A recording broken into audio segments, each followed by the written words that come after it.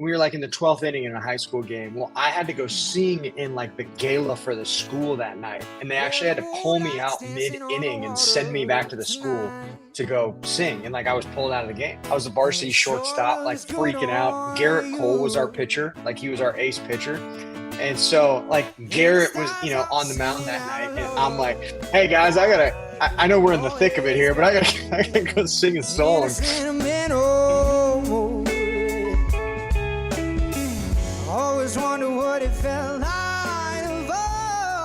Welcome back to the Bullpen Sessions podcast. I am excited for this one. Anytime I get to talk to a former college baseball player, I am always in my element, per se. But in this case, this is the first former college baseball player that is now a musician. So this is what I'm excited to talk about today. So I have Willie Shaw joining me live from Nashville, Tennessee. Willie, welcome to Bullpen Sessions. Hey, thanks for having me, man. Excited to be here. If you're watching the video, I'm a dog lover. I noticed a little guy behind you.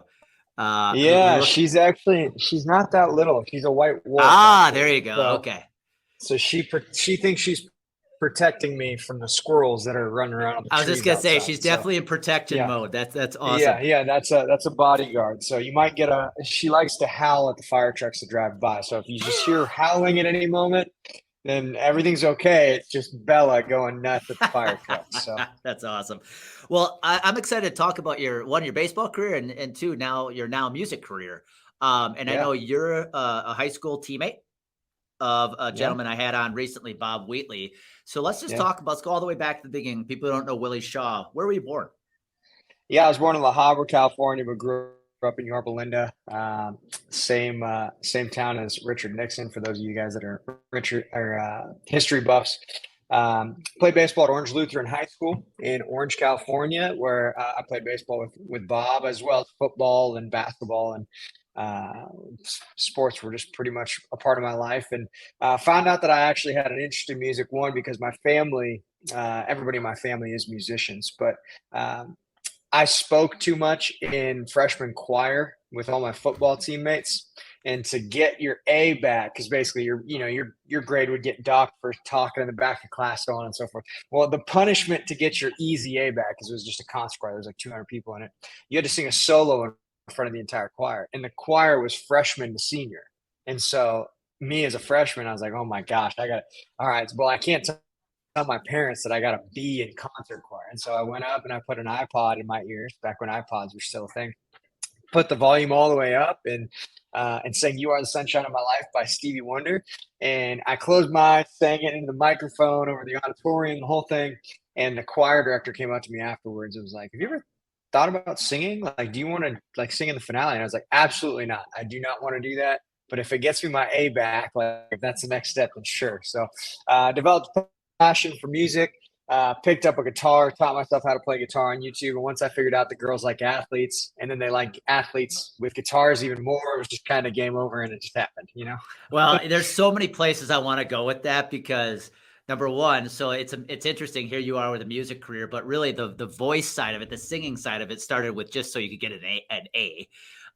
Yeah, right. But what was life like as a high school athlete, also in the choir? Because I could tell you 30 years ago when I was in high school, there are very few athletes that were in the choir.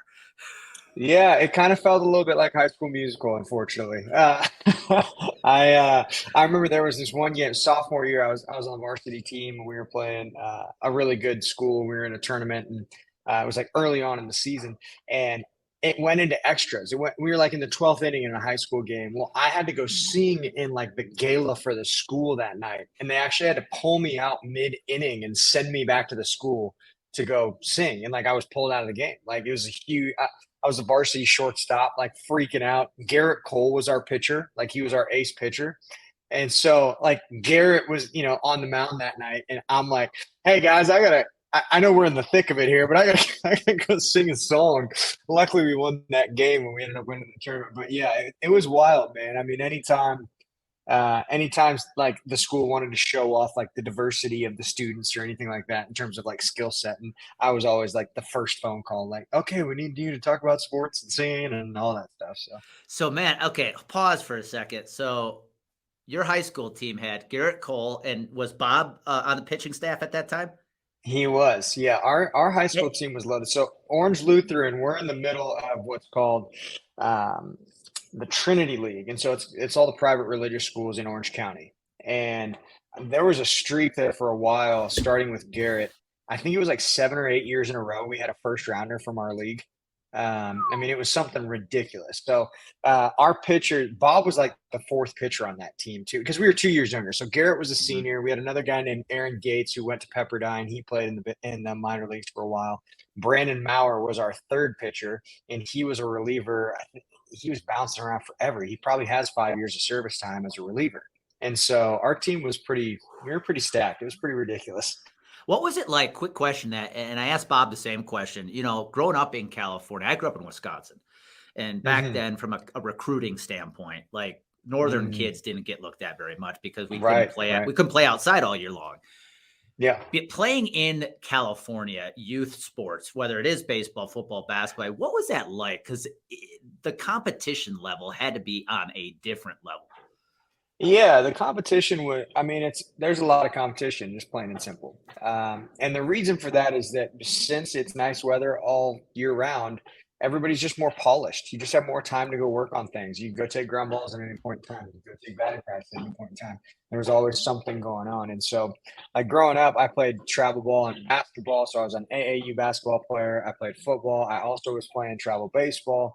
And I mean, weekends were basically like, you got a game at 9 for basketball, change out of those clothes, jump into your baseball clothes, go play a double header, in junior high, like so on and so forth. And so um, competition level was nuts. I mean, if you hit 300 in our high school league, you were a Division I athlete, plain and Wow. simple. Like because every day when you went to the yard in high school, you were facing a guy throwing at least 88 miles an hour that could get 3 pitches over for a strike because that's just the competition of Southern California. Like that's what you're facing. So the amount of guys that are in the bigs now that we had to play against that at the time we had no idea that they were, we knew they were good for like the Yeah. local area, but like we played Nolan Arenado.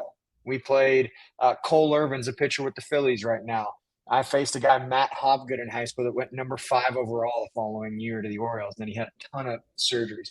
Tyler Matzik, who's with the Braves right now. I'm 2 for 5 off of him lifetime in the playoffs in high school. Like, not that I'm keeping track of it or anything, but like it was just, it's different. And then I went to Yeah. school at William and Mary out in Virginia. Like, I'm sure that my teammates thought that I was just blowing smoke all the time when like Christian Yelich would be up at the plate and be like, "Oh, I played him in travel ball my whole life." You know what I mean? It was just, Yeah. and Oh, like yeah. Christian doesn't know that, but we always do. Like, don't get behind 100%. on that kid who's going to take a yard. Like it was That's just what I'm that's the talking. That's what culture. I'm talking about. Being a kid from Wisconsin, we can't equate with that because in Yeah, Wisconsin, back when it's better today, but back 30 years ago, there'd be one or two that were just above everybody else. Like if yeah, one kid out of Wisconsin got drafted high, it was a big deal. right, And so, right. yeah, when I played pro ball with the guys from all over the country, California and Florida, like this was their whole life. Like they're used to this stuff. It's no big deal. Yeah, Now, was there a exactly, point, I'm curious, was exactly. there a point in high school, and it might have just been your environment because it was so competitive, where you're like, yeah, I have a legit shot to play D1 college here? I didn't realize that until like the comp. How do I say this efficiently? I don't think I realized that until I saw the competition for schools showing up to games to see you. So like especially in high school sports, I'm sure it hasn't changed since I was in high school, but there's a lot of pressure around parents and who's in the stands and who's talking. No, that kid got a letter. Why hasn't this kid gotten a letter? And all that stuff. I remember I was one of the first guys to get a letter at our high school, and it was from UCLA. And like felt like that had immediately put a target on my back, not in like a malicious way by any means, but all of a sudden it was like everybody kind of like looked at me different. And I was like a freshman, and it was probably because I was like 6'2" as a freshman. You know what I mean? They're like, oh, like projectable, whatever. Like everybody else ended up getting their letters too. But that was the first time where it wasn't just a game anymore. For a lot of my life, like I was always good at sports, but it was like fun. It was fun. Like you win. Like that was the only thing that mattered is just win. But then it like opened up this whole world of like, oh my gosh, there's schools here to see me specifically. to like get to the next level and so on and so forth. And it also, we definitely had, both Bob and I, we had a different experience. I mean, we had Garrett Cole on our team. Garrett Cole was like, he was a first round draft pick out of high school, turned it down, went to UCLA, and then was number 1 overall. Like when he pitched, there was like 30 professional scouts in the stands. And if you like, usually there was somebody on the other team that everybody else was looking at too. It was just, it's a different environment. And so with that, there was a level of competitiveness. There was a level of pressure that I don't think I realized when I was going through it, but it kind of, all of that coming together, I was like, oh my gosh, like all I got to do is hit 300. Well, but you also bring up a really good point. I can tell you a number of guys I played in the minors with that got the college, more of the college opportunity because a recruiter was at a game watching the stud. Yeah. Mm-hmm. And that guy happened to have a really good game. And because Absolutely. The stud on the team had all the recruiters, you're getting more exposure. Exactly. Yeah, there was a travel ball game that happened to me, like a summer ball league game. Arizona was there to see some big lefty in some summer ball game, and I laced 2 balls off him, and all of a sudden I was in a conversation with Arizona, and I was like, "What is happening right now?" That's how it goes sometimes. You know? Oh yeah. The benefit of showing up when the moment matters. That's what I refer to that to. Absolutely. So I'm going to ask my sports brain is going to ask the obvious question in my head. It might not be obvious for others. How does a kid from Orange County end up at William and Mary in Virginia? Yeah, so my senior year, I basically was like deciding where I wanted to go to school. So there was a couple offers on the table, and there was some excitement. And then my senior year, I just tanked, man. I folded under the pressure, straight up. Like had the worst year of sports in my life, and I ended up having to go to a junior college. And so I go to the junior college, play pretty well, and then my sophomore year at junior college, I was getting straight A's, and I was in the back of my political science class, and I had put together film of like batting practice, ground balls and stuff, just like very, very amateur. Like I'm sure the video is still on YouTube somewhere, but I put together this film, and it was probably a minute long. I got my unofficial transcripts, and somebody that I knew, they were in recruiting of some kind. They gave me the email list of every college coach in the country. So basically, like they had gone through all the school websites and just pulled whatever was listed.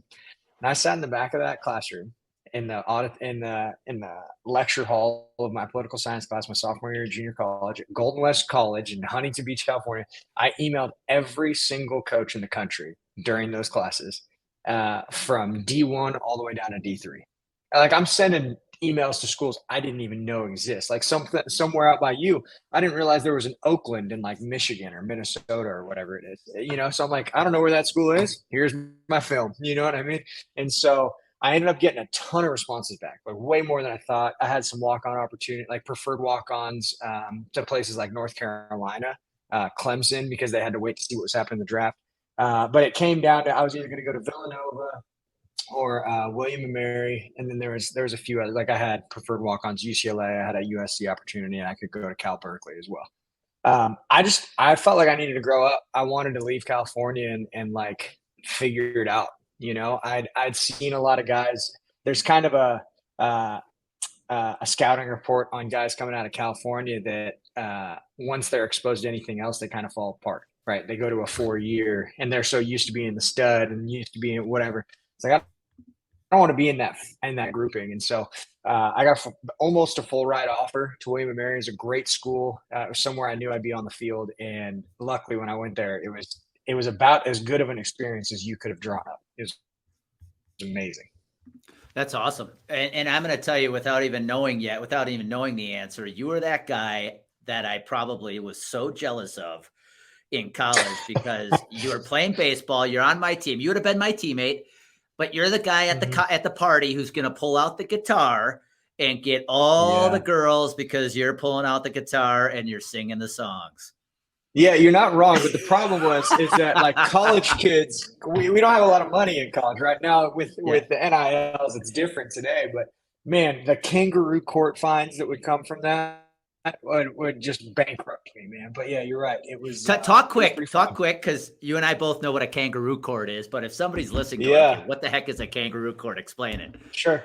So kangaroo court, basically, for our rules, it kind of differs between teams, but our rules, you couldn't actually penalize somebody for anything that happened on a field, right? So it was all like extracurricular things, but basically there was like a written code among the players of like, if you do something stupid, I'm going to write a fine and like you have to pay 25 cents. Our line was, I think, $2. And so you would levy fines against each other. And we do it Sunday, the last practice before we went our Monday off day. We would levy fines against each other in the locker room. And at the end of the year, we'd use that money for, a party or whatever. And so the fines could be anything from like, going to a date party and like making a dumb decision with a sorority girl, or it could be like, I don't know, all sorts of stuff, but it was usually humorous in nature. It was not ever like an attack on a human by any means. It wasn't, anybody listening, William and Mary didn't have any hazing or anything like that, but it was usually humorous, funny things that were inside jokes between players. It was very harmless. Yeah. But I still can remember some of the funniest moments are when people have to stand up and make their case as to one, why this person deserves a fine, but then the guilty gets to stand up and defend their case. And it was, those moments were awesome. Well, let's talk about your career at William Mary. This is what really excites me, because I went to UW Milwaukee, mid-major Division I program. And honestly, when I got there, some people at our school didn't even know we had a baseball team. Yeah. And by the time we left, we had qualified for our first NCAA tournament. We put the team on the map, and it was really exciting. And I might be wrong, but it sounds like your experience was very similar, because in your bio and stuff, you talked about you guys broke a lot of team records. Talk about that a little bit. Being that mid-major D1 program, I know you guys qualified for the NCAA tournament. Was that in 2013? Yeah, I think so. What was that like, being again the mid-major program, and now here you are breaking team records, probably putting William and Mary baseball on the map? Yeah, so William and Mary had actually had a history, generations before me, where they had run some really, really great teams together, but they were in a dry spell. In that year specifically, we were scheduled, preseason rankings within the conference where they project you to finish. We were second to last. That was our projection. Luckily, we had some really great pitching, and we had two great All-Americans that luckily they hit behind me, so I got to see a lot of fastballs. But basically, it was a team coming together and figuring out each other's roles, buying in, and our coach was really hard-nosed and kept everybody accountable. Basically, it came down to accountability, and we just started finding ways to win. There wasn't anything spectacular about it. My junior year there, we had great pitching and great defense, and we'd find a way to win. And then we lost in the championship of the CAA tournament, which would have guaranteed us a shot to get to a regional. Well, we lose, we go home, and we had beat some good teams that year. We opened at Clemson, we split with them. We had beaten Rutgers. We had beaten like some notable names on our schedule. We had actually gone toe to toe and took some series from guys that we really didn't have any business taking series from. And so we're like cleaning out our houses and apartments to go home or go to summer ball, right? And somebody's like, you know what? Let's just turn on the selection show just in case. And we're like, dude, why are you going to do that? And so sure enough, we pop up, and not only did we get in, we were the 3 seed in our bracket. So it was NC State was hosting, and they had a guy named Trey Turner, and they also had another guy named Carlos Rodon. And then Ole Miss was the 2 seed, and they had set a bunch of records. Like everybody on their lineup hit 350 or more. They had some donkeys on their team. It was ridiculous. And then Binghamton had gotten in, and Binghamton had, I don't know how Binghamton got him, but they had some dude throwing 97. And it was just like, what are we getting into? So we go down to NC State. Well, Ole Miss saved their Friday guy to go toe-to-toe with Rodon, assuming that, we're going to beat these guys and we're just going to go to the next round. We ended up beating them 4-0. And then we go and face Rodon, and everybody's like, who the hell is William and Mary? And our team was really big. Like, I remember the catcher at NC State was like, dude, after the series, like, I thought every time somebody stepped to the plate, you guys were going to hit a home run. Because, like, our infield, like, our shortest guy in our infield was 5'10", 205 or something like that. Like, he was our second baseman. I was at third, 6'3", 205. First baseman All-American, 6'4", 225. Our shortstop was 6'4", 200. Like, it was nuts. And so we end up getting into a pitcher's duel with Rodon. Rodon had a no through 6.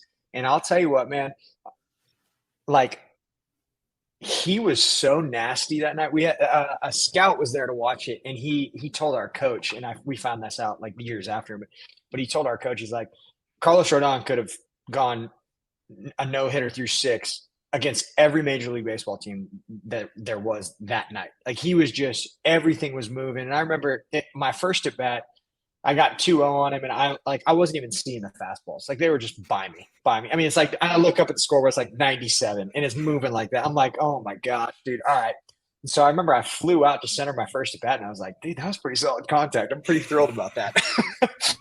But it got my second at bat. I was like trying to see pitches, and it dawned on me halfway through the bat. I was like, dude, every ball is coming out of the same slot, and I don't know what pitch it is until when it's you're like, done when it's coming out of the same slot. I was like, everything looks the exact same, and sometimes it's going around my back ankle, and sometimes it's going by my chin. Like, I don't know, and so it just became a reaction. So I actually ended up I broke his no hitter in the 6th, and like, I have no idea what pitch I hit. I just know that it went through the 3-4 hole, and I was on first, and I totally blacked out. I was like, and like, coach was like, way to get a barrel on that. He's like, what'd you see? I was like, I don't know. I have no idea what that was. I just said I was going to swing at that pitch, and I did. Yeah. I saw a white thing that looked like this, no seams, just threw a bat, and somehow it went where it was supposed to go. I don't know what happened. So we ended up losing that 1-0, and the guy that drove in the run for NC State was 0 for his last 13, got fisted, and it went over the mound and hit second base and caromed into center to beat us. And so then we got to go back to Ole Miss. We play Ole Miss again, beat them again, like 7-2, 7-3, and they're just distraught. They're like, how on earth did we lost 2 to William & Mary? And then we went back to NC State. And at that point, as you know, with being mid-major, we didn't have the arms to go that long. Yep. And NC State's just rolling out the next guy that throws 90. And we lost to him. But, man, it was a hell of a season. We broke records for everything from, like, I think I had 40 walks that season. We had 38 wins or something. We broke the record for hit by pitches because we, like, basically our offense was, like, stand on the plate and wear anything inside. But we had a great year. And then the following year, I got hurt that year. I tore my labrum, my rotator cuff, and redshirted. But our offense that year, for like the first half of the season, we were the number 1 offense in the country. Like, it was ridiculous. And so I had a fantastic experience there. And then I was able to, trade some ligaments and some shoulder pain for a Master's of Accounting degree. So I can't really complain. Well, I want to ask you a couple of questions on that. You brought up some memories for me. Number one, you were talking about the size of your infield. I was looking the other day at the Yankees roster, and I'm like, imagine being a pitcher facing the Yankees right now. The first 4 guys in the lineup stand 6'4", 6'7", 6'6", 6'4". I'm like, good luck with that.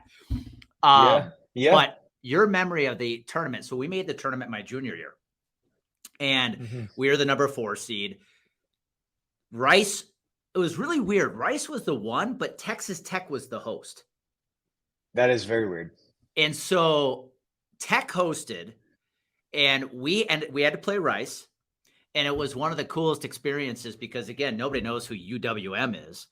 Right. We end up beating Rice. It was like the upset heard around the country. Like, who's UWM? They just knocked Rice off.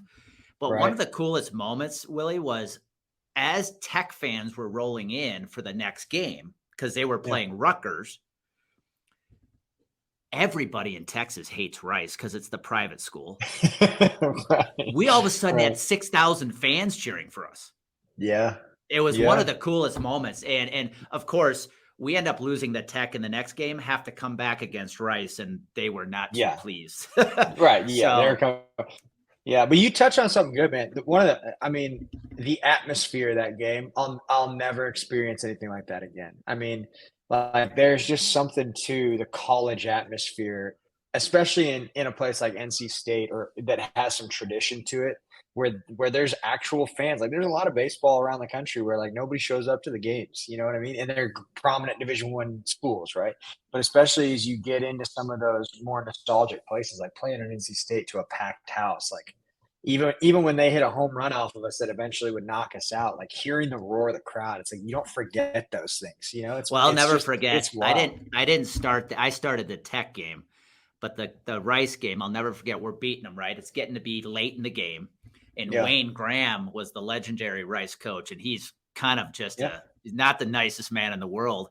And I remember he was complaining a call. He was on third base, coaching third base, came to home plate to argue a call.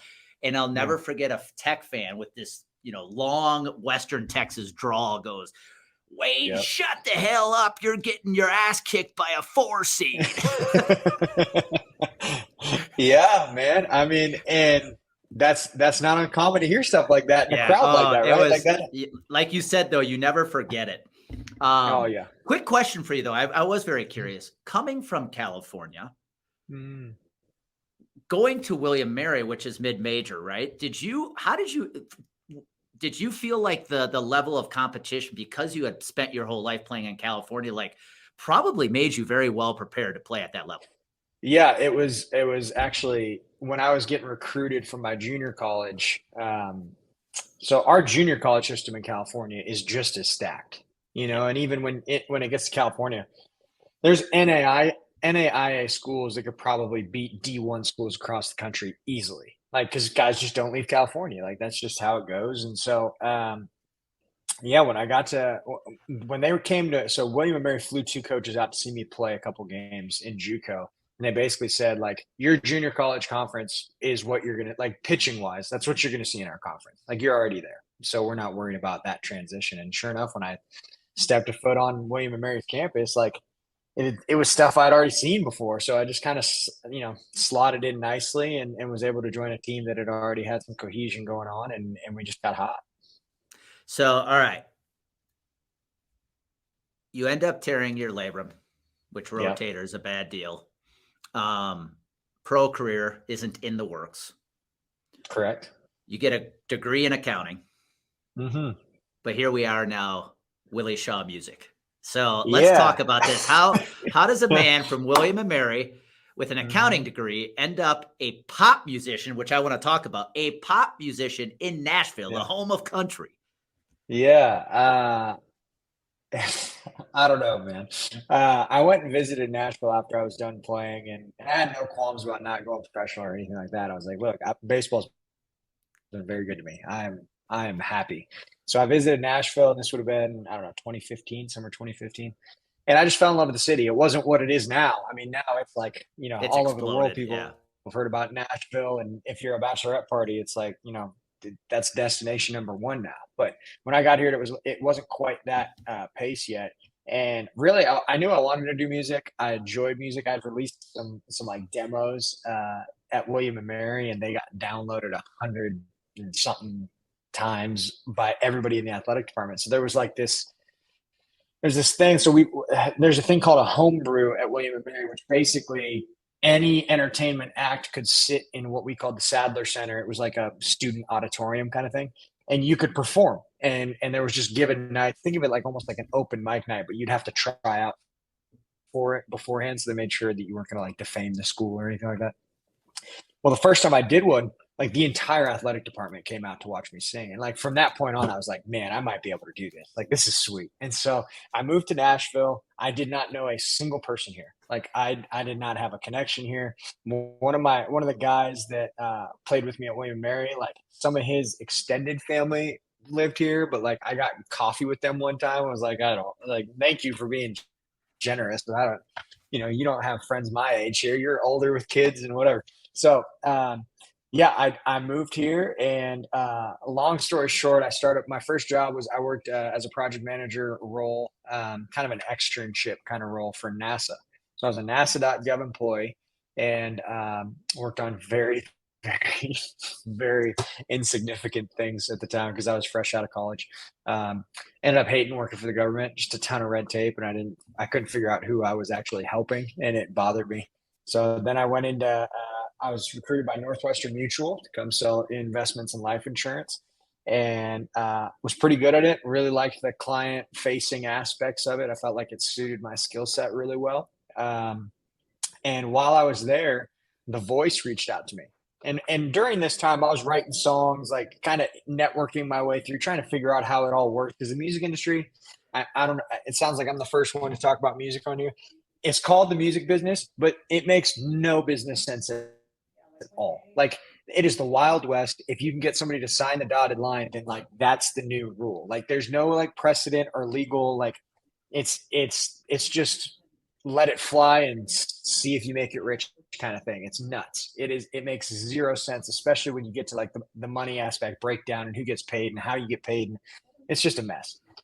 So I'm like trying to figure this stuff out. I'm writing, I think in those first 3 years I was here, I wrote like 150 songs on my own, trying to figure it all out. And while I was at Northwestern Mutual, The Voice reached out to me with a direct message saying, "Hey, we saw your stuff. We like who you are. We want you to come try out for The Voice. You're going to skip the line. We're going to fly you straight to LA. You're going to sing for the producers in Burbank." I was like, all right. So I do it. And at the time, I had been burned by some people in music. So there was a producer that I worked with. We had a falling out. There was another person that it's a very long story, but she actually was a fraud and wanted in like 2 different states. And like basically what I had come to the conclusion, anybody that works in a get rich fast business, which music is for a lack of a better term, like all the sharks are accumulated there too. Like people are just trying to find a way to make money. And I was like, I'm kind of done with this. It doesn't fit with my morals, my beliefs, my faith, anything like that. Kind of over this. And so when I got the invite from The Voice, I was like, you know what? I want to know that I was good enough to make it had I kept going.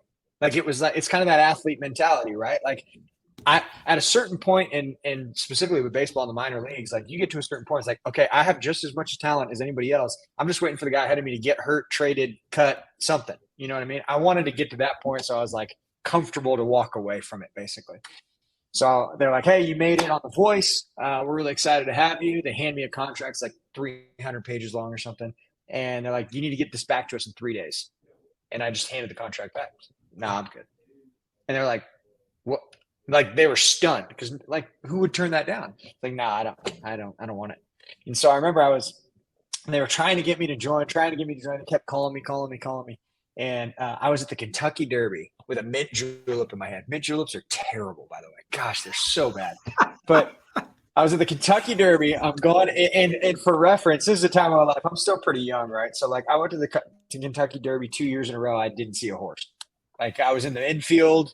And like we were just having a good old time. And I looked up, I was like, "Oh, the race is over? When did it even happen?" And it happened to me 2 years in a row. I was like, "Man, I gotta reel this in."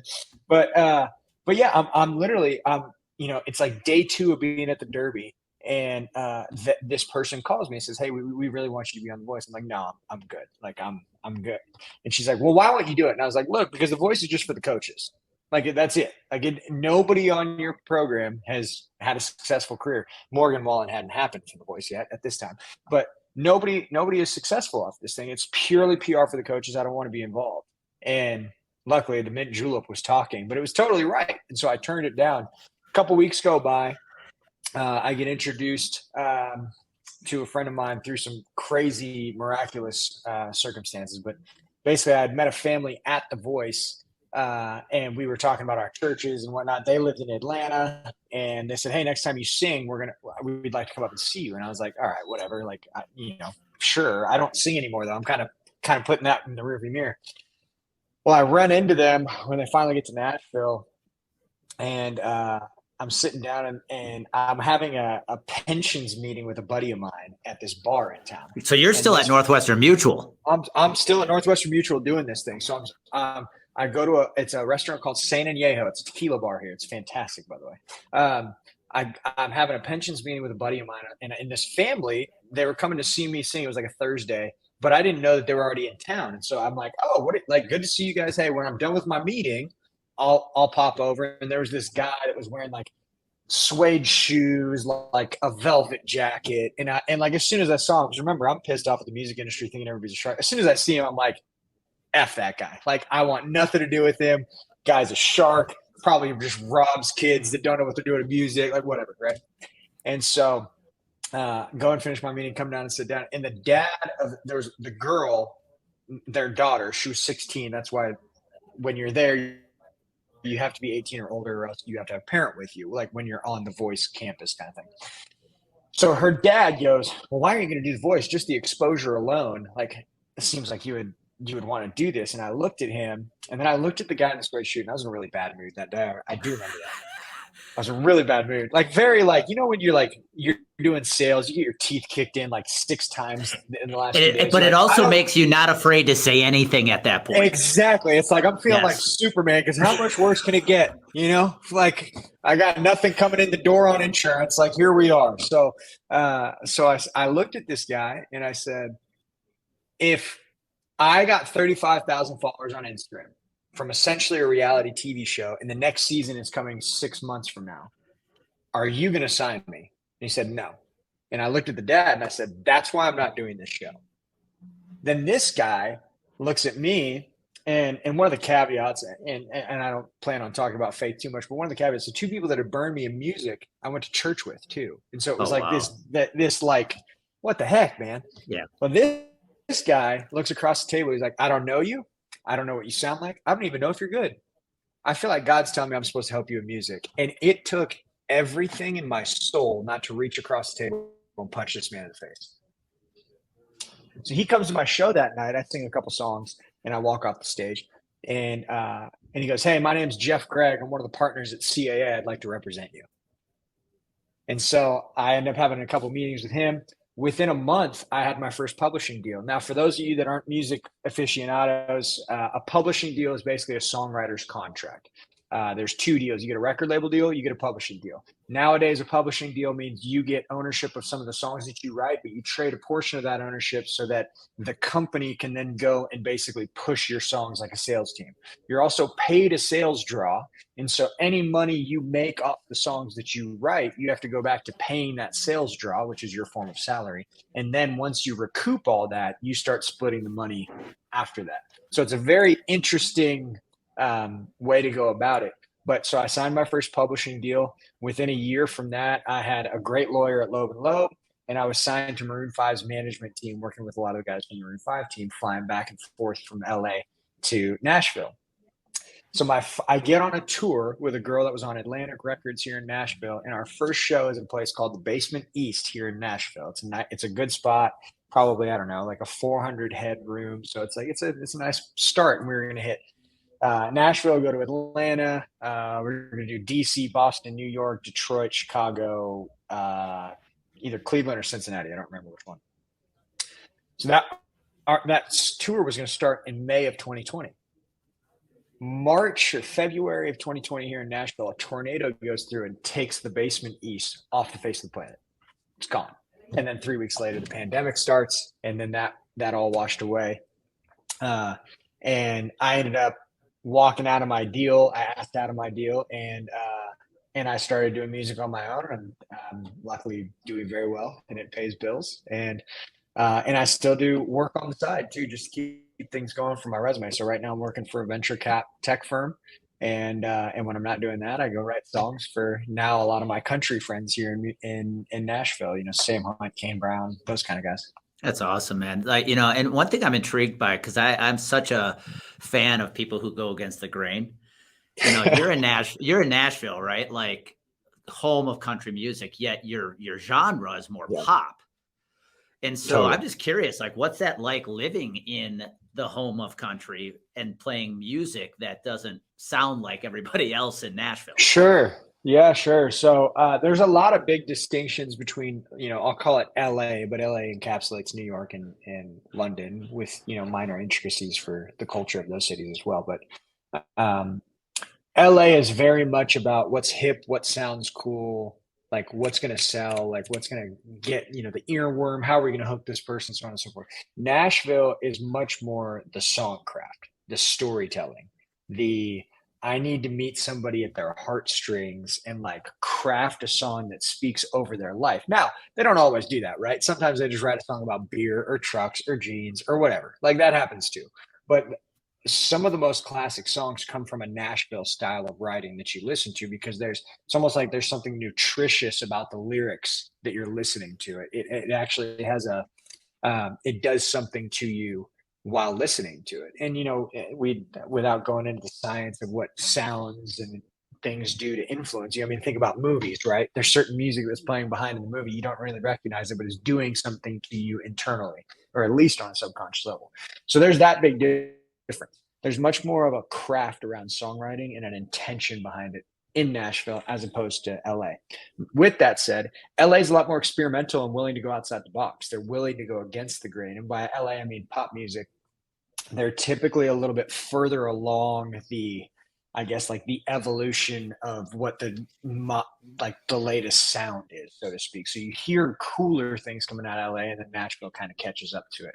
But those are probably the two or three biggest things that that differentiate if you're a Nashville writer or a pop writer, so to speak. And I'd be curious your take on this, because I didn't intend to ask this question, but it's got a lot of geographical irony to it. So I'm a member of Brand Builders Group. That's how I know Bob. I also am Story Brand certified. So Don Miller, who owns Story Brand in Nashville, both companies are in Nashville. Storytelling is a big piece of what we do to build our brand. When it comes to writing a song, I think for the ignorant, when they think of country music, they think of my tractor, my dog, and my ex-girlfriend, right? Right. Is there a craft? Is there a specific way you're writing a song? I know it's about storytelling, but when you sit down to write a song, is there very much a formula to the way you write that song? I think there's multiple formulas, right? And there's a level of spontaneity, but the phrase you'll hear most in Nashville when it comes to songwriting is put some furniture in the room, right? So like pop music's going to tell you, it's going to be a lot of feeling based like words, right? So like right now, sad girl pop is like a thing, right? Like it's because it's feeling induced, so to speak. Nashville says, no, like give me the details, put furniture in the room. You're the interior designer of this 3-minute movie. Like give me the details. And so a lot of that goes back to the story, right? And that's why you see a lot of chronological stories within country music. That's why you see a lot of like, well, when I was 15 years old, I was doing this and I was driving grandpa's truck, and now I got a truck of my own. And because that hits to mainly middle America, right? Country is countrywide. And those are experiences that small town people experience every day. And so if you're from a city, like I'm from the beach in Southern California, like when I first got here, I was like, why do you guys always talk about this stuff? And now my fiance is from small town East Tennessee, and I'm like, I get it. I know exactly what we're talking about now. And really, there's an appreciation to it. And I think that there's actually an irony, like the people that are like, bro country, like all that kind of vibe. Like there's like an irony of like comedic, like laughing at themselves, but like, yeah, that's me. I identify with that part. Like that's me. There's like this fun, like I don't know how to explain it. You just got to experience it almost. But it's to your point though, like the story behind it matters that way. It's what you just said is it absolutely aligns with what we teach with storytelling. When I work with my insurance advisors that we coach, and they're telling stories, whether it's on stage or in front of a prospect, we talk about using the 5 senses. You've got to bring feeling to the story. Set, like you said, put the furniture in the room so people can feel like they're a part of the story. They can almost get the vision of that story. That's beautiful. Well, I've got 2 more questions, and I'll let you run. Yeah. So you've got a album coming out, Roots. Yeah. And I know you said offline that you're going to be releasing 1 song at a time, not the entire album. Talk about this album a little bit, and then where can people find it when it does come out? Yeah. So, my mom was a huge influence on my listening, right? My parents were 7 years apart, right? So my dad was born in 62, mom born in 55. My like musical index, I got to hear 2 different generations because of that. Essentially, they were far enough apart that I got to hear 2 different sounds really. And my mom always played Laurel Canyon, like songwriters, like that kind of vibe. And I just always loved it. I thought that it sounded awesome.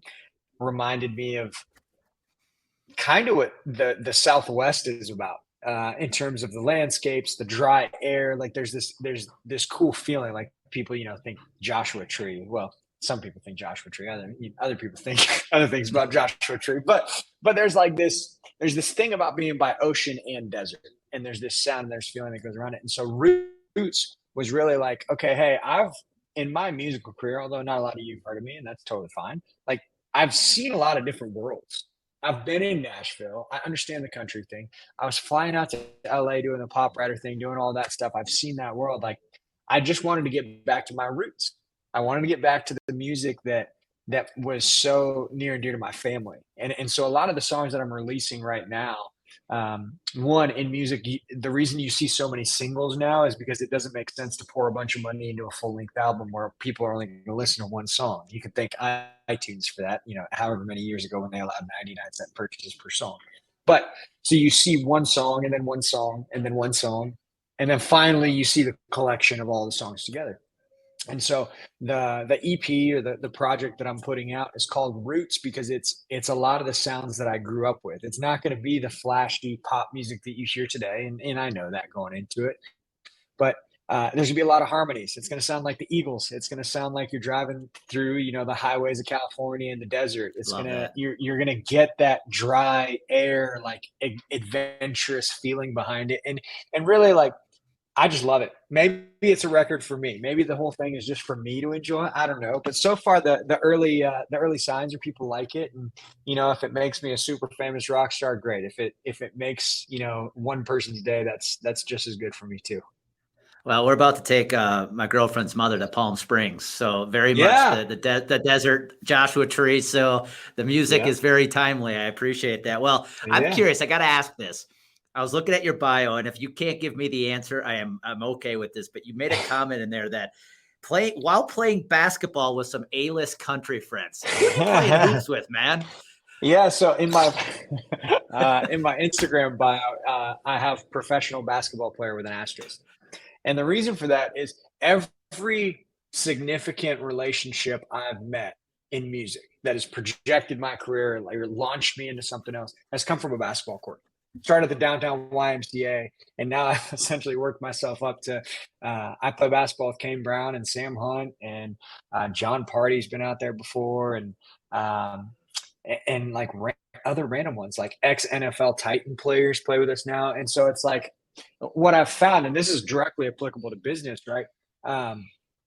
If you can prove your mettle as a human away from your industry to like almost clarify who you are as a person, doors open much quicker in the actual industry you're working in, right? So it's almost served as like, and this being an athlete, right? Like you can learn a lot about somebody. You can probably learn more about somebody in how they approach a game or how they carry themselves in a game and what they like. If it starts breaking down, are you blaming the other guy or are you saying, hey, let's pull it together? Like, here we go.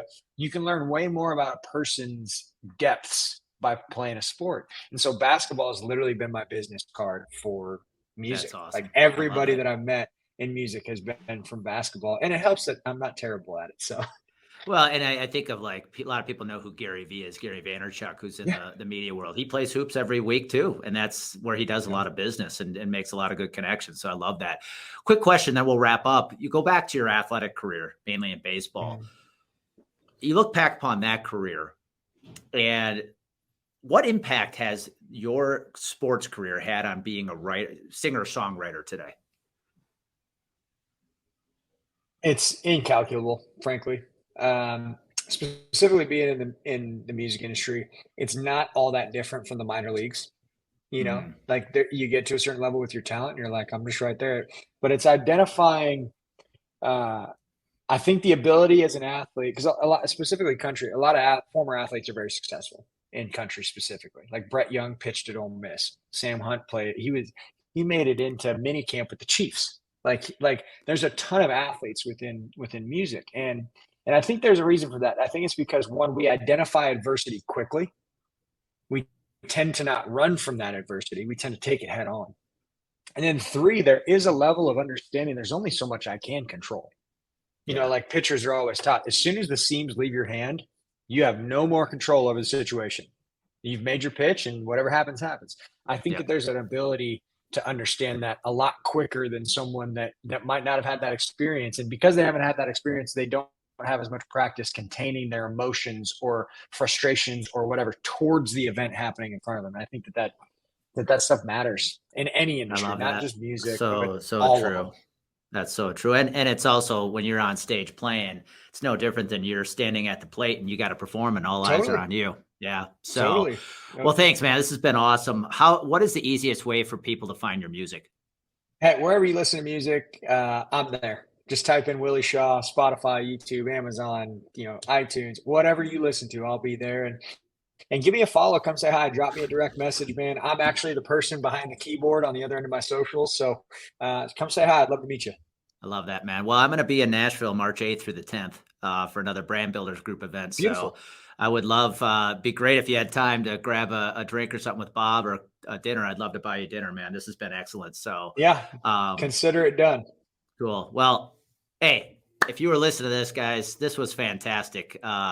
Like I said, this is my first former athlete, now singer-songwriter. So this was great to have. And Willie, I really enjoyed this conversation. So for everybody else, yeah, hey, thanks for having me, man. Take what he learned. Remember, with clarity comes confidence. With confidence, you do amazing things. So go do amazing things. He will. Awesome, man. Where the moonlight's dancing on the water tonight, and it sure looks good on you. And the stars are singing out a lullaby. Always got me innocent.